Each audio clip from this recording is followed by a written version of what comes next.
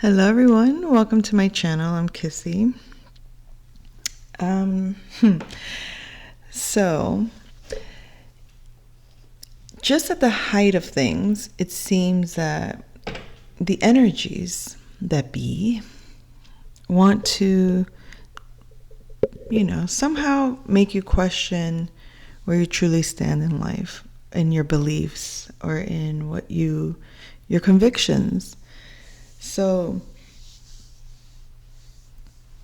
I have a couple of astrologers that I value their wisdom. One of them said, in regards to mysticism or regarding like Vedic astrology and stuff, it was more specific than that. But basically, the way he said it was, it spiritualizes the intellect. And this was, I'll give a shout out to Adam Ellenboss. He's a wonderful astrologer. I love how he explains astrology. And he made that statement in regards to like karma. And interestingly, when he said that, as I was listening to him, before he said that, I was in gratitude for how he was making intellectual my spiritualism. In other words, he puts intellectually into words astrology, what I experience spiritually that I can't quite put my words to. So it's a validation system in some way. I made it a point with astrology. Before I learned astrology, I was more interested in developing my spiritual gifts. So learning about out-of-body experiences to explain what I had been experiencing. Learning about auras to explain what I was seeing and why those things were coming up. Or the auric field even, and the feeling that there are energies sometimes that move you internally. So while I was learning my spiritual development in that way, and also looking into different religions, the truth of what I was looking for was to understand my purpose, was to understand what I was here for, and why is existence? Why do, you know what I mean? Like, contemplating life and I think I contemplated life a lot out of a fear of death. And that fear of death was, I dreamt a lot.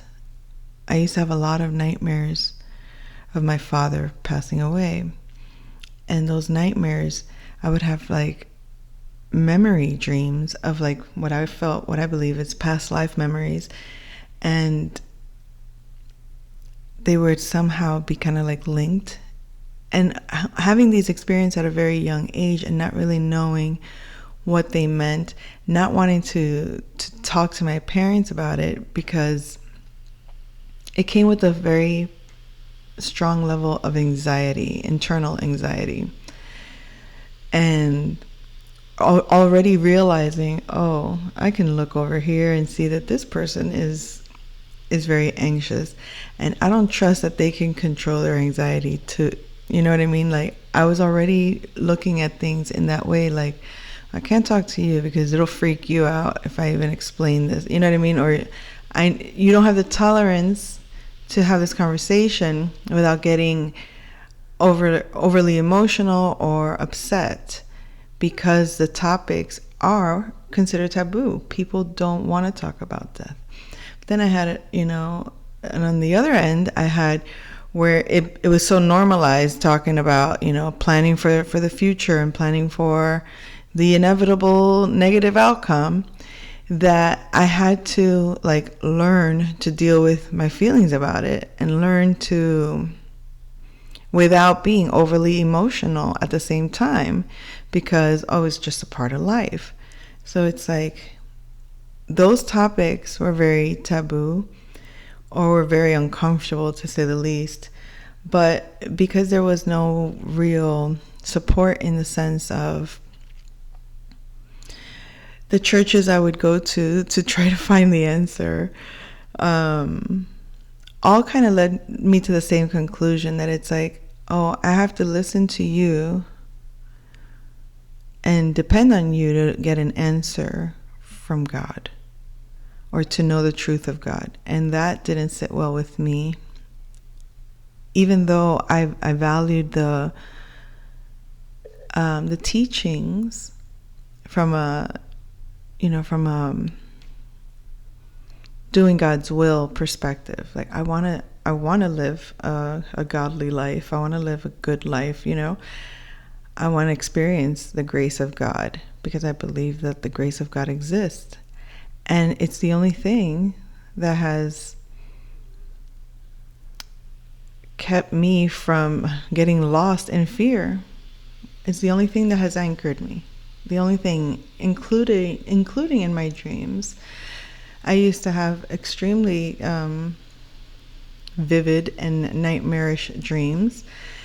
And it was becoming conscious within the dream and being able to call on God's will and instantly be taken out of the nightmare and instantly being, woken up from the dream. So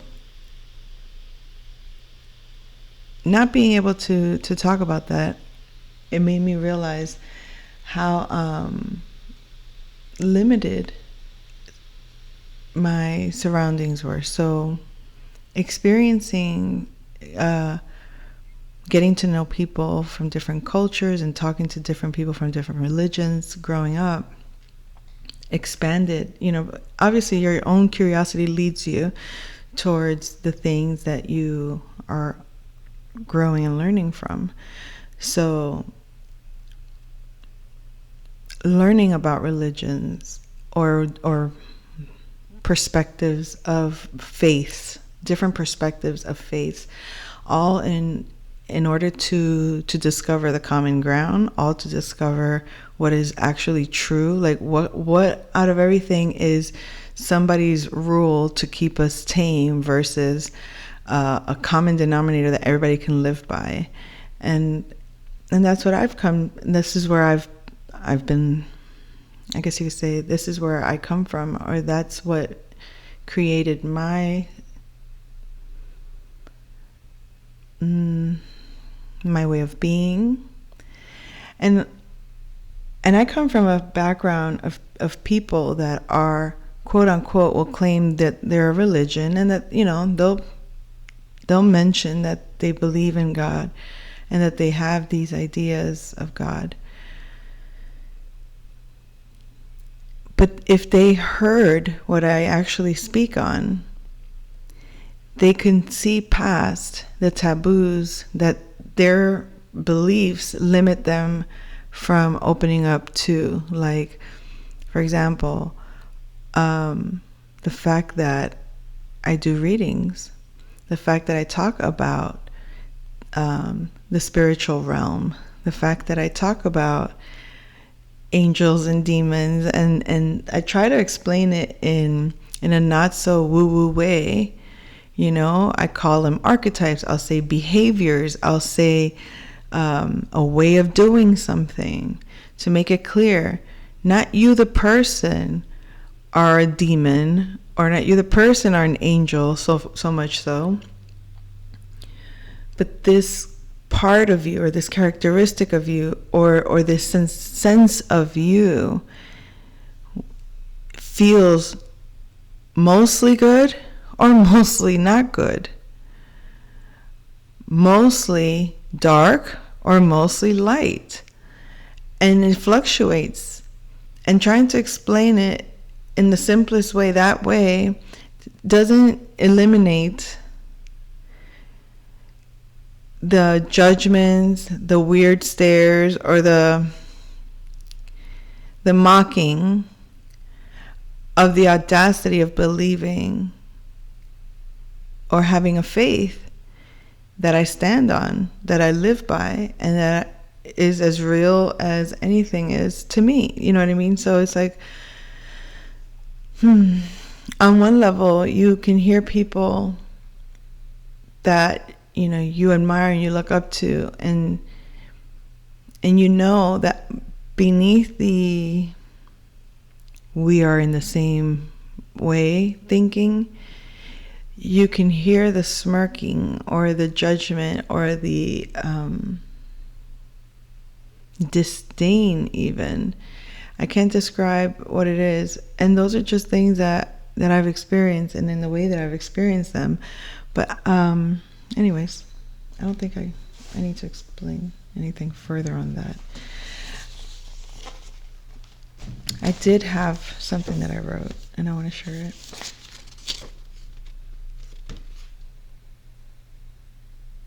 Oh, that was okay. So these are just random thoughts that came up.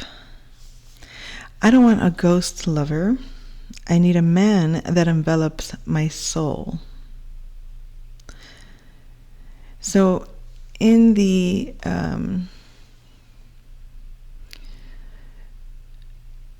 there's an idea in matters of love, this whole new, people ghosting people, right?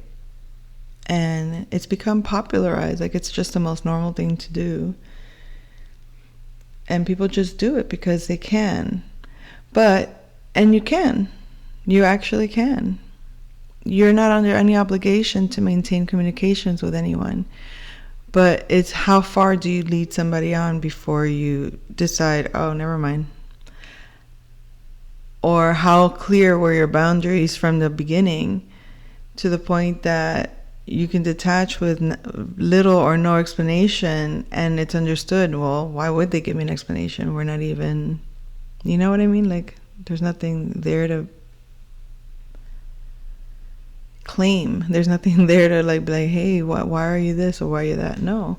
It's like, just because two people agree to communicate doesn't necessarily mean that they're under a contract to remain in communication. So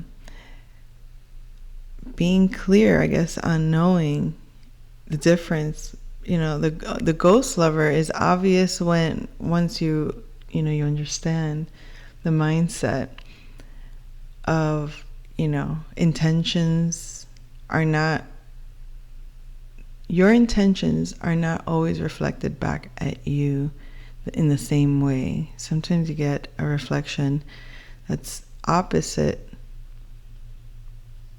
so that you can clearly see what you're attracting. You think you're calling this, but look at what you're getting. So it's like, maybe there's something there. What's with the mindset that created this experience? So you start to like play with, how do I magnify things to myself, or not magnify? How do I attract things to myself? How is it that things, I intend for this and then I get that? So there's got to be something here. Let me see. Maybe I don't want this, and maybe I do want that, and then see what happens. Maybe I say this, but I mean that, and try it out and see. I mean, these are ways, and when you realize, well, something I'm doing isn't working, or something I'm doing isn't going how I want it to go, so therefore, let's play with life in a fun way, in a loving way, in a way that, let's experiment a little with life and see, how daring can I be here? How much more, how much can I not do this, or how much can I do some of that? Like in other words, changing your own patterns for the sake of recognizing what you can do or cannot do, where you actually are, versus, just doing things the tried and true way that I've always done it this way. And if it works, if what you're doing works in one area of your life, there would be no reason to change it other than when it doesn't work. So if a lot of things don't work your way, if a lot of things don't manifest the way you want them, or things do manifest the way you want them, and then suddenly you hit a like what, a plateau, I guess they call it. I don't know what they call that. But you get to a point where you're not kind of like getting the results that you would want, or the results that you think you're supposed. Well, then you have to be willing to change your own patterns. So a word that I never use, that I find uncomfortable to use, is the word need. Need always feels like a lack. So, but the reality is we lack a lot of things in life that we would want to have, right? So to say I need a man that envelops my soul, the intention there, and this is obviously just a, what is it called, a play on words kind of thing in a certain way, but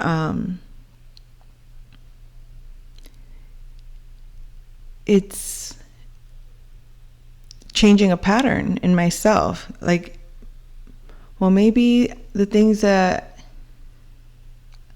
because you could be the type of person that says, get what you need, not what you want, right? But then, you want to indulge and say, well, I want this. But whenever you want something, it doesn't quite give you what you want. So maybe acknowledging I need, what I actually need, is a love that envelops my soul. And that can mean anything for anybody. But when you know what it is for yourself, what that feeling is, or what that need is, or what that thing is, then you become more clear in what you need.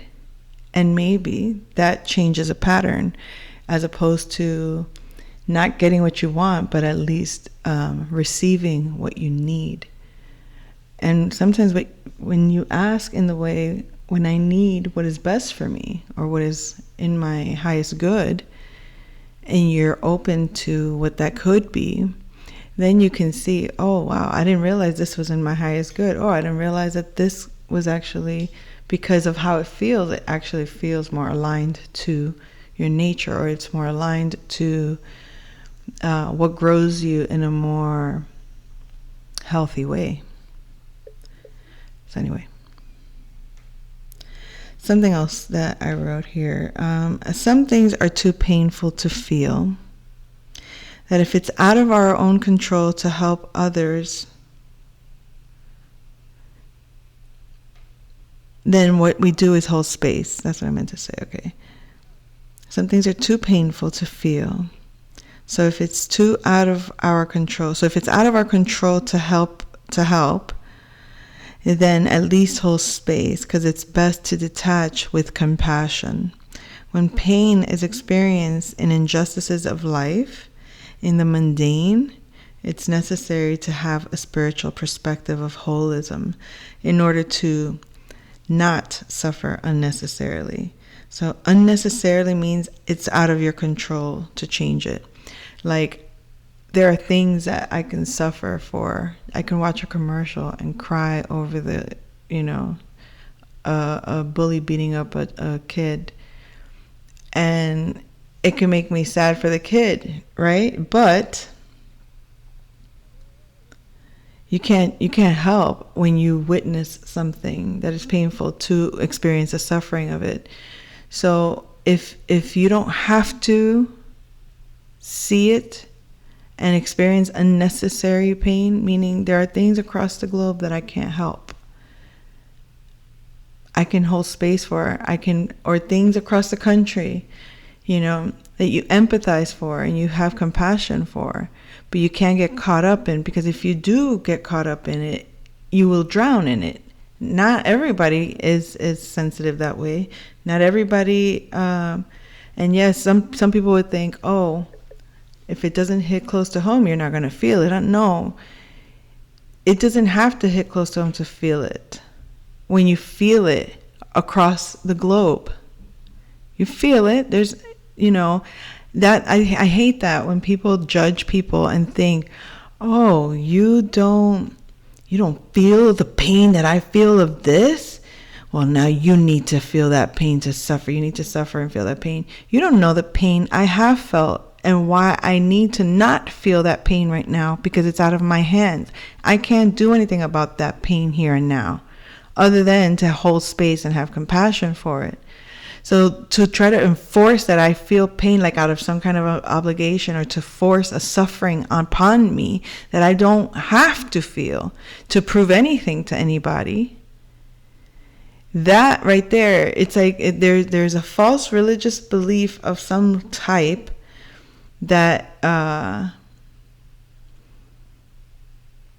could say algorithmically, however the hell you say that word. You can see it popping up here and there, like a certain little finger pointing. Hey, you need to feel bad about this. Hey, you need to suffer over there. Hey, you need to worry about this. Like a constant, negativity. And it's like, okay, you want to feed me negative? That's fine. I can receive the negative you give me. I'm just not going to take it in the way you want me to take it in.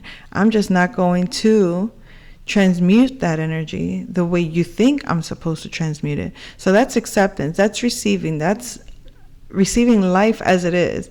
Oh, if life is, the most negative, then okay, fine. Oh, that's what it is. Okay. Or life is the most positive, and positive means negative. Oh, okay. Like no resistance. Not letting the outside world dictate what it's supposed to be for you. Not letting the outside world dictate how it's supposed to feel for you. You know what feels bad and what doesn't feel bad. You know when you actually suffer, when you actually feel pain, and you know why you feel it. So when somebody tries to make you feel guilty for not exposing pain for what they've done to you, it has nothing to do with what they've done or not done. It has to do with how I have to balance myself, not to let what the outside world has done control or manipulate me and put me in a position that I don't choose to be in, that I don't have to be in. I don't have to be in anybody's dark world. I don't have to be in anybody's dark reality. I don't have to look at the world the way somebody tells me to look at it because they want me to look at it that way. I'm not oblivious. I'm not blind. I know what actual pain is, and I know what actual problems are. So when it's projected all over, like if I can't even open my phone or my computer without the first thing seeing is this many this many that, this many this many that, and all just feeding the trash and garbage of life, the most painful and horrific. And it's like, okay, there has to be a motive there. If the motive is to wake me up, yeah, I'm on high alert. I'm watching you. Or if the motive is for me to be taken out on based on all that I allow myself, I gotta take the suffering of I'm not Jesus to be taking on the suffering of the world. That's why he, according to him, did it for humanity already. I'm not here to suffer the consequence of that, of other people's pain. And that's what it feels like, energetically speaking, that, negative thoughts or projections, that it's like, okay, you could project whatever you want to project, but then they want to mock like something about how you think or how you act or how you believe or how you do is somehow funny, wrong, or bad, or not quite right. Yet you're in bliss internally with life. You've accepted certain truths, you've accepted certain pains, you've accepted certain things to the point of like, it's out of my hands to fix any of those things. Therefore, all I can do is what? Change me, change myself, do better for me, do better for myself. And as I do that for me and myself, I can do that for those I love. I can take care and protect of those I care about. And that's all I can do. But I'm not going to sit here and ponder my life away on why somebody thinks this of me, or why somebody did that to me, or why this injustice wasn't, served on a platter, or whatever the hell it is that people think is supposed to happen with life. Like, it's out of my hands. I can only do what I can do. Seek justice for a wrong. Okay, I did my part. Boom, boom, boom. This is what it is. This is what I got. This is how it is. Anything else after that is out of my own hands. Like, everybody has to do their part. Everybody else has to do their part.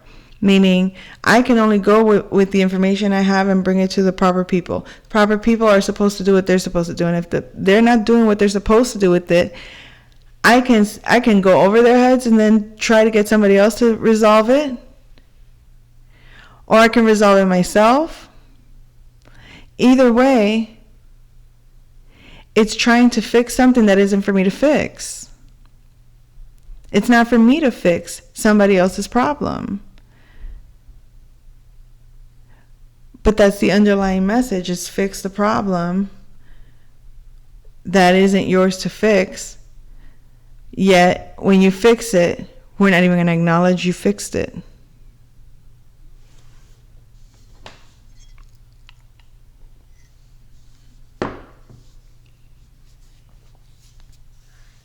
So,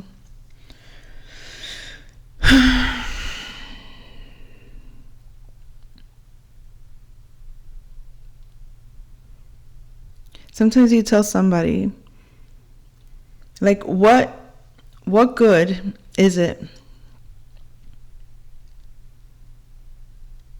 to be concerned about the politics of another country, right? Someone said, well, you need to be informed. And yeah, why watch the news? Well, how else are you going to know what's going on? Well, what's going on in my reality, any information would come directly to me, directly from the source. If there's a problem that concerns me, if there's a problem where I live, the people that manage it are going to let me know. There's a problem where I, conduct business, then it's their responsibility to let me know. The problems of the world don't belong to me to solve, and yet there's like a underlying message from everywhere you look, a projection of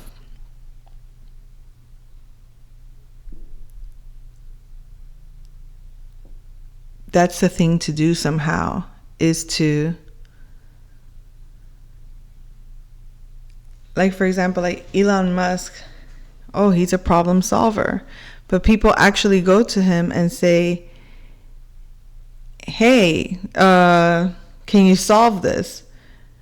It's either him solving it or him having the resources to solve it by knowing who to go to.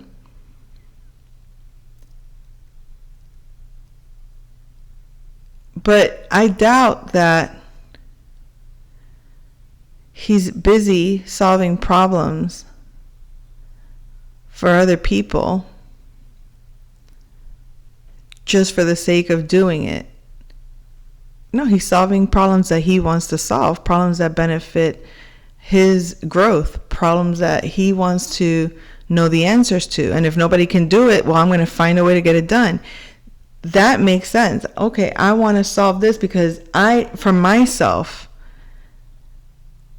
I'm going to go and ask. I'm going to go find out. I'm going to look. I'm going to learn. And if nobody's giving me the answers that satisfy my soul to know this is the truth of it all, or this is going to get done,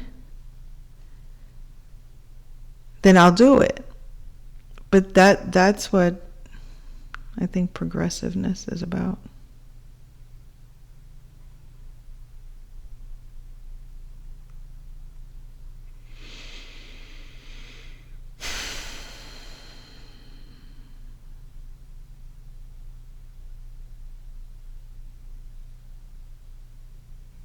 I am in the Renaissance right now.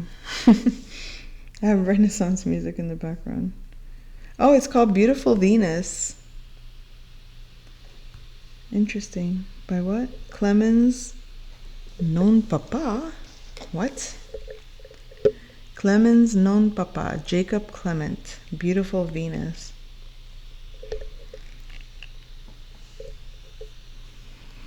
Oh. On a positive note, Gemini Brown, shout out to Gemini Brown, he posed such a lovely video, or was it the video or post that he wrote? I don't remember right now. But he was asking, what is a good community? What would you consider a community? Like, what would you need in your community to be content or fulfilled? I'm paraphrasing, but it was something like that. And I was going to write on his page, and then I realized it was quite lengthy. But it was also a lot of things that I wanted to, like, that would make a community enjoyable is the community activities that people are either too busy to do. Everybody is, a lot of people are like tired. They do their thing, they go to work, they do the school thing, then they come home, they just want to rest and relax. Rest and relax, rest and relax, rest and relax. Because they're why? Tired. They don't have the energy to do the fun stuff that they like to do. That's not normal. That's just not normal.